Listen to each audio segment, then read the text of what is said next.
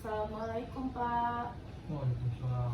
Perkenalkan, saya Mustika Ratu, mahasiswa Wima Jakarta, profesi nurse. Kalau boleh tahu Bapak dengan Bapak siapa? Saya Akbar. Bagaimana perasaannya hari ini Pak? Alhamdulillah baik. Pak, di sini saya akan melakukan edukasi atau memberikan sedikit informasi tentang diet makanan untuk pasien dengan hemodialisa. Apakah Bapak bersedia? Boleh. Sebelumnya, apakah Bapak pernah mendengar apa itu hemodialisa atau cuci darah? Pernah. Pernah. Yang Bapak ketahui tentang cuci darah itu seperti apa Pak? Kurang begitu tahu. Tapi pernah mendengar ya? Pernah mendengar. Ini Pak, ada di tab, Bapak bisa baca dan saya sedikit menjelaskan ya. Sebelum ke diet untuk pasien dengan hemodialisa, saya sedikit membahas apa itu hemodialisa atau cuci darah. Hemodialisa atau cuci darah adalah suatu proses pembersihan ginjal dari zat-zat sisa metabolisme yang konsentrasinya berlebihan di dalam tubuh itu dengan menggunakan ginjal buatan Pak, yang disebut dengan dialiser.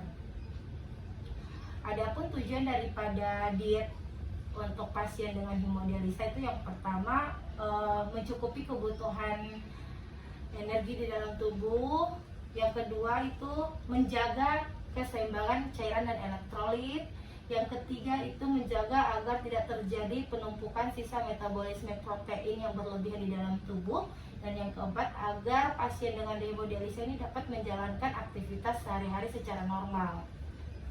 Adapun syarat diet daripada pasien dengan hemodialisa itu harus diukur Pak, harus sesuai dengan kebutuhan. Yang pertama ada energi. Nah, ada energi di situ 35 kilokalori per kilogram berat badan ideal. Yang kedua ada protein. Protein itu 1 sampai 1,2 gram per kilogram badan ideal. Yang ketiga ada lemak. Lemak normal. Lemak normal itu 15 sampai 30% daripada kebutuhan energi total. Yang keempat ada karbohidrat Pak. Karbohidrat itu 55 sampai 75% dari kebutuhan total energi. Selanjutnya ada juga natrium Pak. Nah, natrium ini yang dibutuhkan dalam tubuh itu harus 1 gram plus 2 gram dari urin per 1 liter per 24 jam. Selain natrium ada juga kalium. Nah, kalium ini 2 gram plus 2 gram dalam 1 liter urin per 24 jam.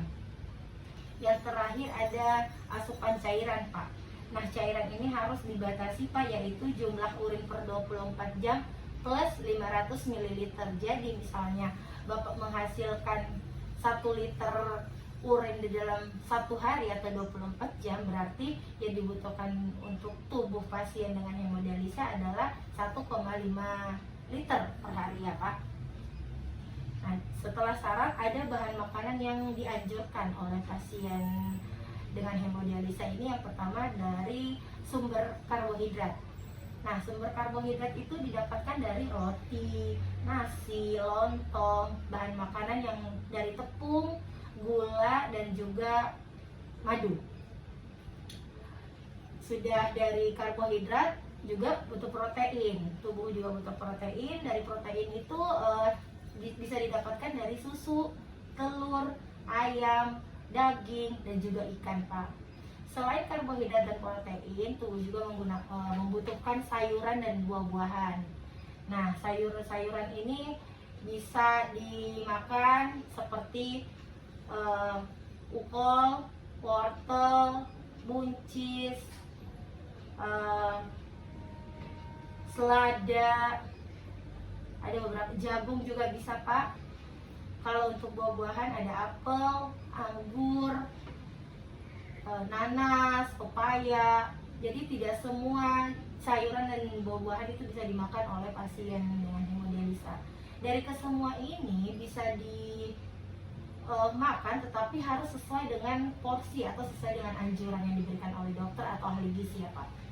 Tadi bahan makanan yang bisa dimakan atau dianjurkan oleh ahli gizi dan juga dokter. Ada juga bahan makanan yang tidak dianjurkan ataupun dibatasi. Misalnya Kalau untuk pembatasan boleh balik kan? Nah, kalau untuk yang dibatasi atau tidak dianjurkan itu seperti bahan makanan tinggi kalium, apalagi pasien dengan hiperkalemi. Misalnya bahan makanan seperti singkong, kentang, ubi, coklat, dan juga kacang tanah. Adapun bahan makanan seperti yang tinggi natrium Pak, apalagi pasien dengan hemodialisa plus hipertensi, itu yang harus dihindari seperti garam, vetsin, kaldu kering, bahan makanan yang diawetkan, dan juga minuman bersoda. Nah, minuman bersoda ini juga sangat tidak diperbolehkan atau tidak dianjurkan oleh pasien dengan hemodialisa. Terus asupan cairan Pak, asupan cairan itu harus juga dibatasi. Kalau misalnya Bapak menggunakan suka makan, atau pasien hemodialisa ini suka makan dengan berkuah, itu juga harus dibatasi.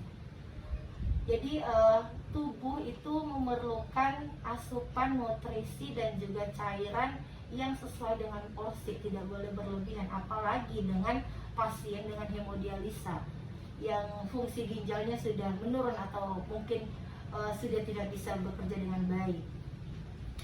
Hal-hal yang harus diperhatikan dengan pasien hemodialisa ini, yang pertama itu makanlah secara teratur.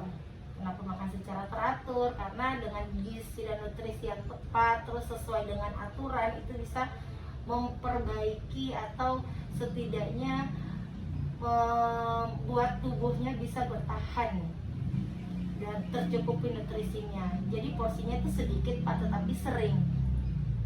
Yang kedua, membatasi jumlah cairan. Nah, cairan ini harus dibatasi Pak, karena kita tahu bahwa orang yang dengan hemodialisa itu kan ginjalnya sudah tidak berfungsi dengan baik. Jadi pemasukan dan pengeluarannya itu harus dibatasi ya, apalagi untuk cairan. Jika ada bengkak itu harus mengurangi bahan makanan yang mengandung tinggi natrium atau garam. Sedangkan kalau untuk makanan yang tinggi kalori seperti permen ataupun coklat, itu sebenarnya bisa, tetapi harus dibatasi dan diberikannya itu harus tidak dengan dekat dengan jam makan. Kenapa? Karena makanan yang tinggi kalori ini dia bisa mengurangi nafsu makan daripada pasien dengan hemodialisa. Itu saja Pak, ada bahan makanan yang bisa dianjurkan, bahan makanan yang tidak bisa atau dibatasi, hal-hal yang perlu diperhatikan oleh pasien hemodialisa, dan juga syarat-syarat apa yang harus dipenuhi untuk diet pasien dengan hemodialisa itu sudah saya jelaskan. Apakah dari sini ada yang bisa apa Bapak mau tanya atau yang kurang paham Pak? Boleh, silahkan. Nah, jelas. Sudah jelas ya Pak. Nah, kalau begitu untuk mereview atau mengevaluasi apa yang sudah saya sampaikan, saya boleh bertanya? Boleh. Kira-kira bahan makanan apa saja yang harus dihindari atau yang harus diperhatikan oleh pasien dengan hemodialisa ini Pak? Bahan makanan yang tinggi kalium, Iya, contohnya tuh seperti apa Pak?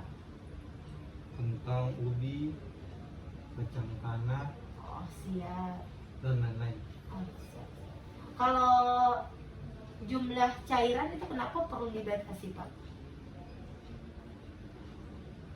Karena orang yang kena penyakit tersebut ginjalnya udah tidak baik, jadi Siap, sudah masuk dan keluarnya cairan perlu dibatasi. diatur ya Pak. Baik, berarti Bapak sudah cukup paham dengan apa yang saya jelaskan. Saya harap informasi ini bukan saja berbatas ke Bapak, tetapi Bapak bisa menjelaskan ke teman, rekan, atau keluarga, bahkan